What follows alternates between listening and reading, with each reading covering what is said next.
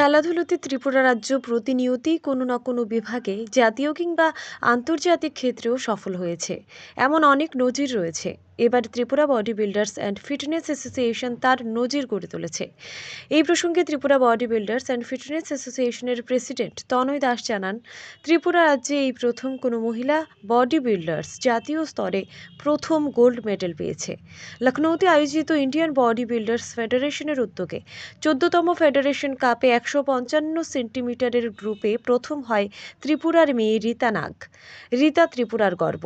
আজ রবিবার তাকে আগরতলা প্রেস ক্লাবে Tripura body builders and fitness অ্যাসোসিয়েশনের উদ্যোগে সম্বর্ধনা প্রদান করা হয়। এই অনুষ্ঠানে উপস্থিত ছিলেন বিশিষ্ট বডি বিল্ডার্স দুলাল কর্মকার সহ অ্যাসোসিয়েশনের কর্মকর্তাগণ। জাতীয় স্তরে এই সাফল্যে ত্রিপুরার মেয়ে রীতা নাগের প্রতিক্রিয়া জানতে চাইলে তিনি বলেন, অনেক কষ্ট করে এই মেডেল পেতে হয়েছে। পাশাপাশি ত্রিপুরার নামকে উজ্জ্বল করার জন্য আগামী দিন যা যা করার তা তিনি করবেন। পাশাপাশি রাজ্যের বডি বিল্ডার্স অ্যান্ড ফিটনেস অ্যাসোসিয়েশনের কর্মকর্তাদের ধন্যবাদ জানান, যারা তাকে বিশেষভাবে সহযোগিতা করেছেন। Bureau report, digital Tripura. The winner goes to from number 285, Rita from Tripura.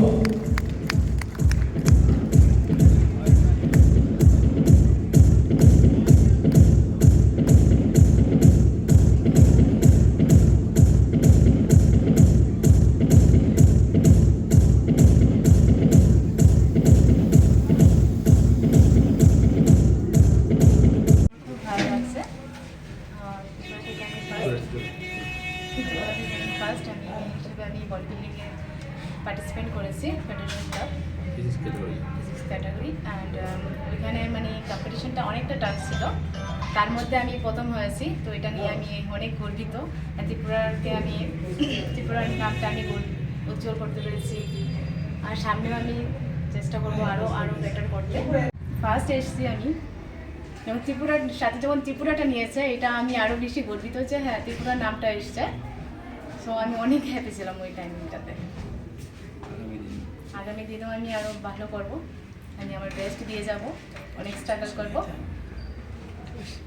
নমস্কার, ধন্যবাদ সকল সাংবাদিক ভাই বোনদের যারা আপনারা আমাদের ডাকে আজকে সাড়া দিয়েছেন।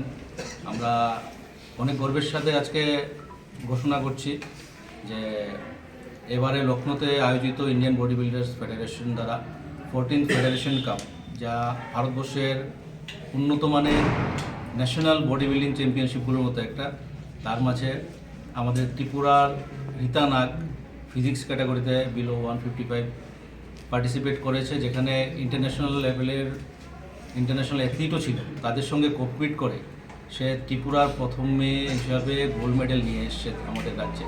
আমরা রাজ্যবাসী হিসেবেও, অ্যাসোসিয়েশনের কর্তৃপক্ষ হিসেবেও আমরা অনেক গর্বিত তার উপর।